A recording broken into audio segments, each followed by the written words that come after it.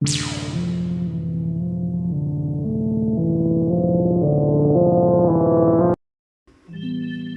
بات پوری طرح سمجھ نہیں آئی تھی۔ میں نے بابا جی سے وضاحت چاہی۔ انہوں نے اپنے 2 مریدوں کی طرف اشارہ کیا اور بولے، میرا پہلا مرید 10 سال سے میری خدمت میں ہے، لیکن ابھی تک تصوف کی دوسری سیڑھی پر کھڑا ہے۔ لیکن جو دوسرا مرید ہے، اس کو اس خانقاہ میں آئے ہوئے صرف 6 ماہ ہوئے ہیں، لیکن اسے میں نے اپنی خلافت عطا کر دی ہے۔ 10 سال اور 6 ماہ میں زمین و آسمان کا فرق تھا۔ میرے چہرے پر حیرت کے آثار دیکھ کر بابا جی خود ہی گویا ہوئے۔ اس دوسرے مرید کی کہانی بڑی عجیب ہے۔ یہ آج سے 10 سال پہلے لاہور گیا اور وہاں لیکچرار کی نوکری شروع کر دی۔ نوکری کے دوران ہی اسے عشق ہو گیا اور دونوں نے اکٹھے جینے مرنے کی قسمیں کھا لی۔ کچھ وقت تک سب ٹھیک چلتا رہا، لیکن 2 سال بعد کہانی 180 زاویے الٹ چلنا شروع ہو گئی۔ محبوب نے پیچھے ہٹنا شروع کر دیا، لیکن اس کے لیے یہ بات ناقابل برداشت تھی۔ اس نے لاکھ منانے کی کوشش کی، مگر نتیجہ خاک نکلا۔ یہ کئی دن بھوکا پیاسا رہتا، لیکن محبوب کو ترس نہ آیا۔ ایک دن سخت سردی کی رات تھی۔ یہ گھر سے نکلا اور محبوب کی تلاش میں آہیں بھرنے لگا۔ اس کا محبوب لاہور کے ایک نامور ہسپتال میں ڈاکٹر تھا۔ رات کا وقت، دسمبر کی سردی، اور یہ سوائے تن کے کپڑوں کے ہر چیز سے خالی، پوچھ گچھ کرتا ہسپتال پہنچ گیا۔ محبوب پر نظر پڑتے ہی بچوں کی طرح رونے لگا کہ مجھے بس یہی چاہیے۔ پورے وارڈ میں کھلبلی مچ گئی، ارد گرد سے لوگ اکٹھے ہو گئے، لیکن محبوب کو پھر بھی ترس نہ آیا اور اس نے سنی انسنی کر دی۔ یہ غش کھا کر گر پڑا۔ صبح ہوش آیا تو اسی ہسپتال کی ایمرجنسی میں داخل تھا۔ اس کے ساتھ والے بیڈ پر میرے کسی مرید کا رشتہ دار تھا۔ اس نے اسے میرا ایڈریس دے دیا۔ یہ ہسپتال سے سیدھا میرے پاس چلا آیا۔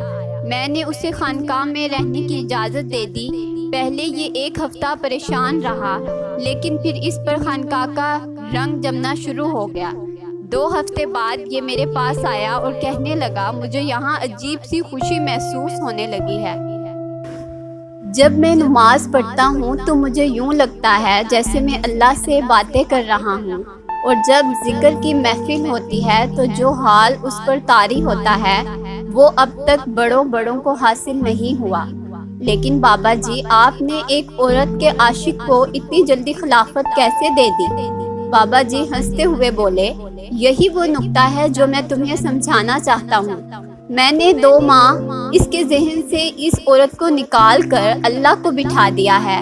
میں نے اس کی ساری توجہ اس عورت سے ہٹا کر اللہ کی طرف موڑ دی، اور پھر اس دن کے بعد اس کی قسمت بدلنا شروع ہو گئی۔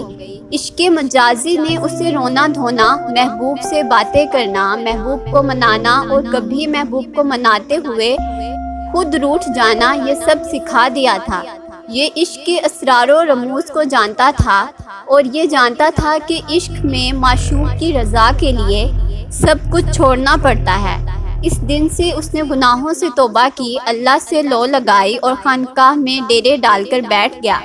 یہ راتوں کو اٹھ کر اس کے سامنے روتا اور اسے مناتا، اور اب یہ اس طرح محبوب سے راز و نیاز کرتا ہے کہ مجھے بھی اس پر رشک آنے لگتا ہے۔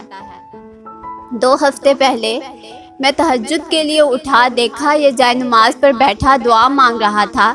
میں نے غور سے سنا تو کہہ رہا تھا، یا اللہ، تجھے موسیٰ اور چراوے کا قصہ تو یاد ہے نا؟ موسیٰ کے دور کا وہ چراوا جو تجھ سے بہت پیار کرتا تھا، اور ایک دفعہ وہ آپ سے دعا مانگتے ہوئے کہہ رہا تھا، اے اللہ، کاش تو میرے پاس ہوتا، میں تیرے بالوں میں تیل لگاتا، تجھے کنگھی کرتا، تیرے پاؤں دھوتا۔ لیکن موسیٰ نے پیچھے سے زور سے تھپڑ مارا کہ نادان، تو کیا کہہ رہا ہے؟ تو یا اللہ، تو نے فوراً جبرائیل کو بھیج دیا تھا کہ موسیٰ، تم نے اسے کیوں مارا؟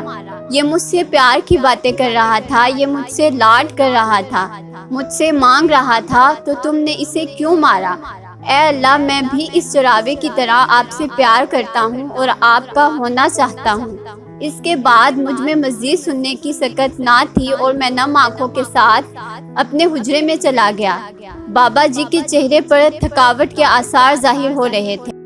میں نے دوسرے مرید کے متعلق پوچھا جو پچھلے 10 سالوں سے تصوف کے دوسرے زینے پہ کھڑا تھا۔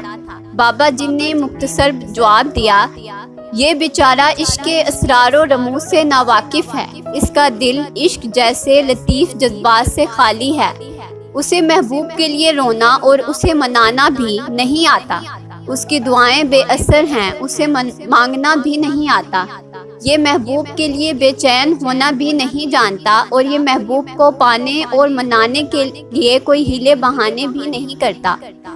یہ عبادت تو کرتا ہے، نمازیں تو پڑھتا ہے، روزے تو رکھتا ہے، نفل تو پڑھتا ہے، تسبیحات تو کرتا ہے، لیکن اس کی یہ ساری عبادت خشک ہوتی ہے، اس میں عشق کا تڑکا نہیں ہوتا، اور یہی وجہ ہے یہ ابھی تک تصوف کی دوسری سیڑھی پہ کھڑا ہے۔ آپ کو یہ سٹوری کیسی لگی؟ پلیز کمنٹ سیکشن میں اپنی رائے کا اظہار ضرور کریں۔